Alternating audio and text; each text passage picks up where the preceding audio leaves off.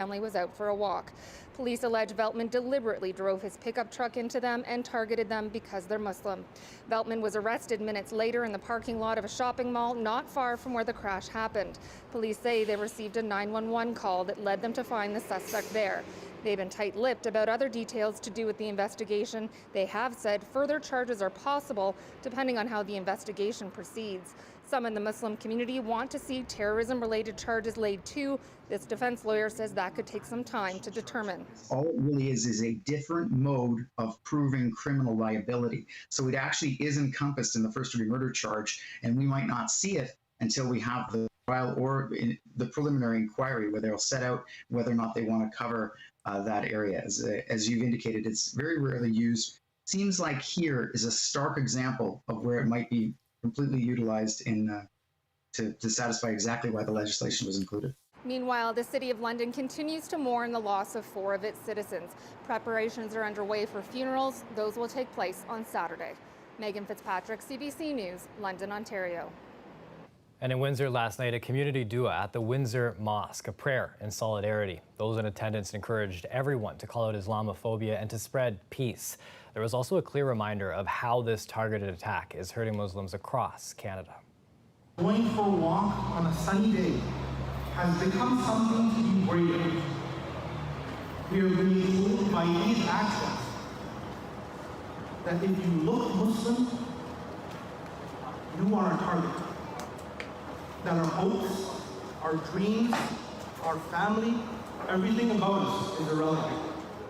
That has scared Muslims because similar to London, we also have people here that don't see eye to eye with us. To my fellow Muslim brothers and sisters, especially the ones who feel that they must act a little less Muslim than they did last week, I implore you, I beg you, be proud of your Muslim identity. Please know that you belong in this country just as much as the next person. You have so much benefit that you bring to this country, to your community, and you are and should be a proud Canadian Muslim. A new report from migrant work advocates says living conditions for migrant workers is unacceptable, and it comes after the federal government proposed its own requirement for adequate housing, but workers say they want more action. With more on Live, I'm joined live by CBC's Sanjay Maru. Sanjay, you went through that report today. What does it say? Well, Chris, this report was put together by the Migrant Rights Network. The group says this marks the very first time that migrant farm workers themselves were able to speak to the government directly. In total, 453 workers anonymously provided testimonies, surveys, and photographs. One worker refers to their living conditions as being akin to prison and modern slavery. They say access to internet and TV, even washing machines and dryers, are non-existent. Another testimonial even describes up to 60 people sharing one washroom and one kitchen. Lack of privacy and personal space mentioned as key issues as well. These are things that advocates have wanted to see upper levels of government address for years. Last year, after thousands of temporary foreign workers contracted COVID-19, the Windsor-Essex County Health Unit repeatedly pointed to congregate living as a major factor in the spread of the disease. But advocates say since then, not much has changed in terms of how poor some of these living conditions continue to be.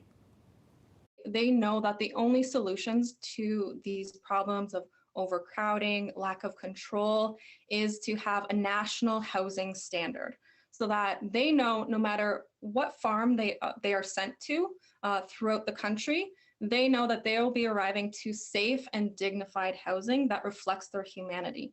And these standards also need to be enforceable. And what are some of the new calls to actions that these workers are asking for here? Chris, they're looking for more action beyond what the federal government is recommending. They say new housing requirements were proposed late last year for the temporary foreign worker program. Among them, they say the government calls for each bedroom to have a maximum of 4 workers. The report, however, recommends each bedroom to have a max of just 1 worker per room. The government also calls for a ratio of 1 toilet, 1 washroom for every 5 workers, but the report says accommodation should have 1 washroom for every 1 to 2 workers. And here's a final example. The government recommending 1 oven and stove with a minimum of 4 burners in each accommodation to be shared between 6 workers, but advocates experts in this report say that's inhumane and there should be one stove for every 2 workers. We also heard from the general manager for the Ontario Greenhouse Vegetable Growers. The group represents more than 220 greenhouse farmers across the province and says it questions the validity of the claims in the report since they were based on anonymous sources. My members are scrutinized and audited in many, many ways from many different people and places, right from the health unit, the local health unit, and the fire department, building department, Employment and Social Services Canada. Did I forget the Ministry of Labour? Usually about 5 times during the season at least. I'm pretty assured in saying that those issues do not happen with my membership. We also reached out to the federal government for the latest on where their proposed housing requirements stand, but have not yet heard back. Chris. Thanks, Sanjay. CBC's Sanjay Maru, live tonight. The Windsor Essex Health Unit reporting another death today in their COVID-19 update, the 5th person to die with COVID this week. It was a man in his 60s, according to the health unit. 433 people have died in Windsor Essex after testing positive for COVID-19 over the course of the pandemic. It's the 2nd highest rate in all of Ontario, behind Toronto. Case counts, they continue to dwindle. Today, 7 new cases. The active case count, it's fallen to 132. Phase 1 of Ontario's reopening is set to start in less than 6 hours. Some business owners here, they're looking to get an early jump on the competition. We live to serve, and it's been locked down for the last 4 months. Previous lockdowns, I know people are frustrated. So it's my way of saying thank you to our loyal supporters since we opened up. And I just think it's a great way to kick off the season, open up safely, and make sure we follow proper protocols. So as soon as it strikes 12:01, some patios in the Walkerville area will join in on that midnight patio madness. Other restaurants will wait until bright and early tomorrow to start filling up their tables. And it is time, once again, to pitch a tent. For people who have been waiting to go outside and camp, that wait is over. When Ontario enters Phase 1 at midnight, campsites are open for business, just in time for what's shaping up to be a pretty beautiful weekend. Jacob Barker has more. My favorite is actually our tent. When you're in the middle of a mission to take your family to every provincial campsite in Ontario, a worldwide pandemic shutting them all down for extended periods of time makes it kind of hard. This Amherstburg family had to put off a couple of planned trips this spring. It's definitely been, painful is the word. We've got some great weather, but it's understandable. We're just looking forward to getting out there, as soon as we can. Camping is a huge deal for them. They're documenting their journeys online. When the bookings opened for the year, they made sure they were among the first to sign up. We were on the website, at 7 o'clock in the morning, getting ready to book our sites, whatever we could find. If you were looking for more of the popular parks, it was almost impossible. And things do look like they're going to be busy this year. Ontario Parks is warning people about lineups and delays for check-ins and says their COVID measures do continue to apply, and some of its operations may be offline for the time being. At Point Pelee National Park, they're excited for the familiar scenes of the season to flicker back to life. If you're leaving at the end of the day and you don't smell bonfire and you don't hear like the laughing and sometimes like the light guitar strumming, it's eerie not having campers, and I'm so looking forward to the campers bringing the life back to the campground 100%. Its 24 campsites are sold out, as is much of the season, but they say that shouldn't stop anybody from trying to grab a spot. We do see a lot of, cancellations, and sites will open up and get scooped up really quickly. So we always give that advice to check back often. Renaud says the family wasn't able to get out for this weekend, but next week they'll be out in the wild all week long. Oh, we can't wait. The kids have been, trying to pack all their things for the last 2 weeks, and it's everybody's anxious in this house. Jacob Barker, CBC News, Windsor.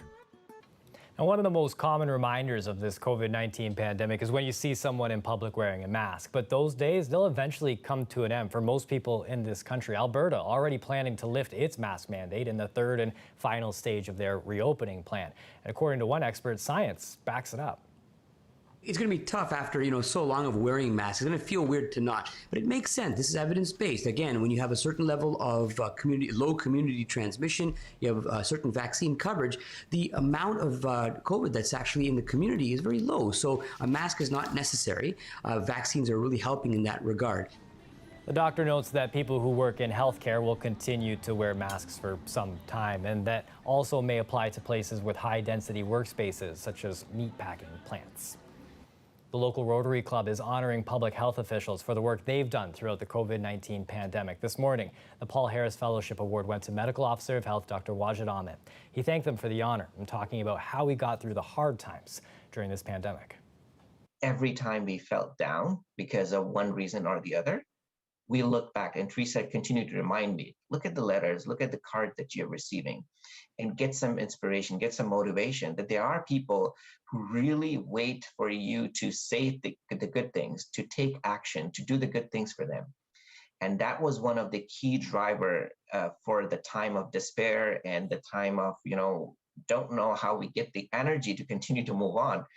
Those were our driving force. And I'm really lucky and blessed to be in a community that has so many passionate people, so many people who love and respect me and care about me without even knowing me. Half of the time, I don't even know these people. But the way they write and the way they connect with me, it just makes me feel welcomed.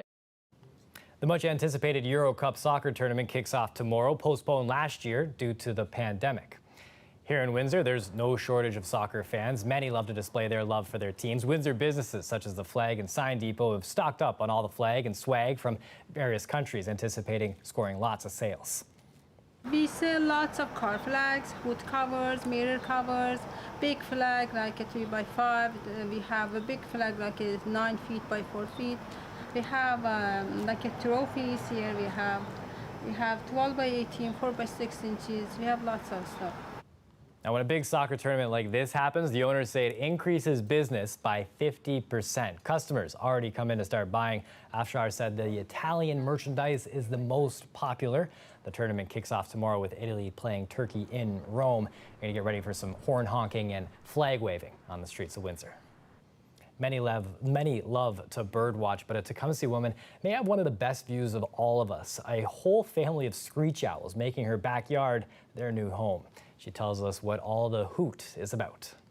Noticed one just perched up on here, and we were pretty excited about it. And then we happened to come over and look up, and we're like, oh, there's a couple, there's 3.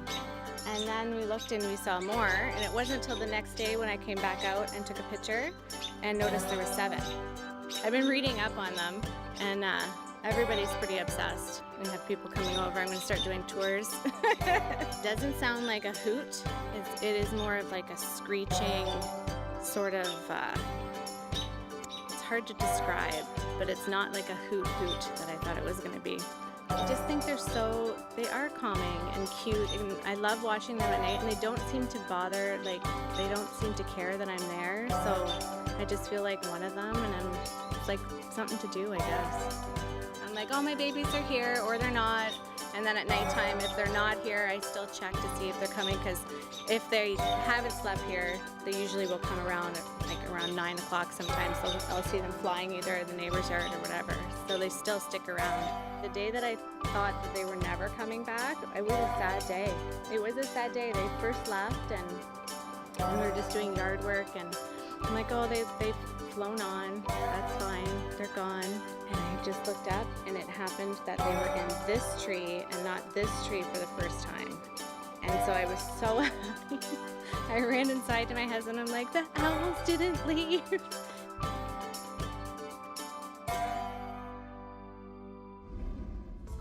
Love that. Absolutely adorable to see. This here, not a live shot. This is taken earlier. And you look at the tiny right-hand corner there, you see another little buddy. This whole show's gone to the birds this week, pretty much. That right there, a peregrine falcon. Our favorite colleague, Yvette Ledarski, helping with the idea on that one.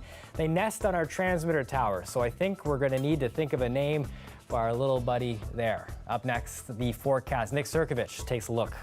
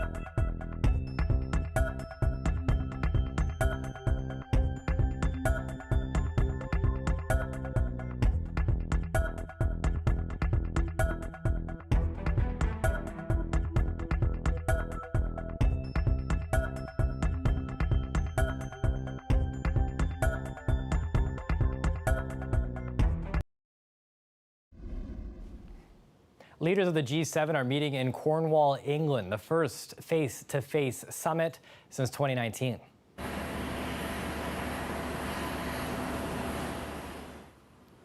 Prime Minister Justin Trudeau arriving today. It's his first foreign trip in more than a year. COVID-19, vaccine inequity, and economic recovery all up for discussion. Trudeau also expected to meet with U.S. President Joe Biden to discuss plans to reopen the Canadian-American border. Today, Biden pledged to buy 500 million doses of COVID vaccine and distribute them to poorer nations. The summit officially starts tomorrow.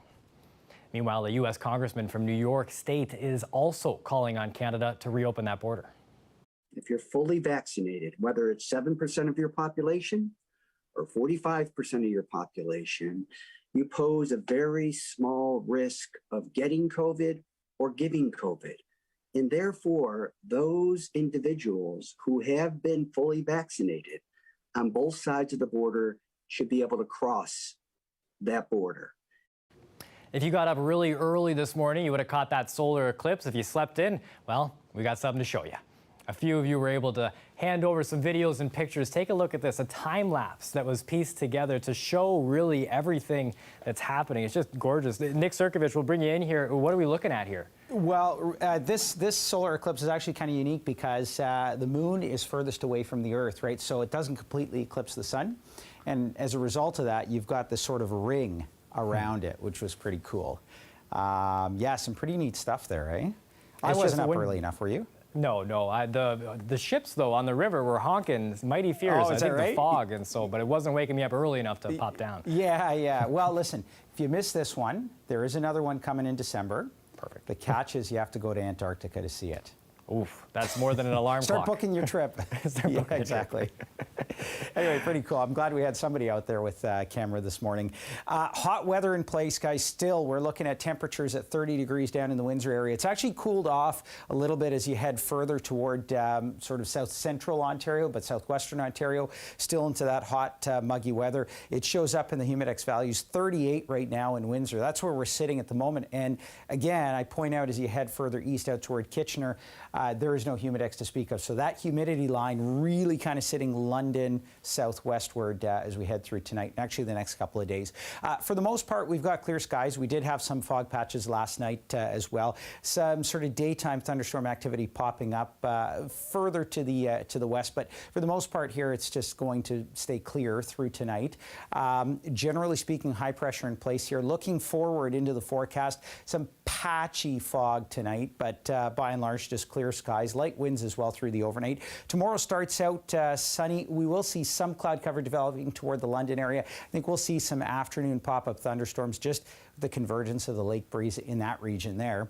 That sort of dissipates into Saturday morning, a little bit more in the way of cloud cover, but we've got some instability pushing through. And I think Saturday afternoon, we're going to trigger off some thunderstorms across the region there in southwestern Ontario, likely to hit at least surrounding areas across Windsor. Overnight tonight, as I mentioned, the risk for some patchy fog, otherwise 17, 18 degrees. Tomorrow, humidex again of 36 with the temperatures at about 29. And a mix of sun and cloud to mostly sunny skies at times. The risk for thunderstorms on Saturday there. Generally pretty sunny forecast, also a very warm forecast as well. We'll see some relief from that humidity as we head through Monday, Tuesday of next week. Not too bad. Rain enough to wash off those patios. I'm sure going to be in full busy mode on Friday. Yeah, absolutely. Thanks, Nick. You bet. If you grew up on Theodore Tugboat, you're going to want to stick around. The boat built in his image is making its way to Ontario.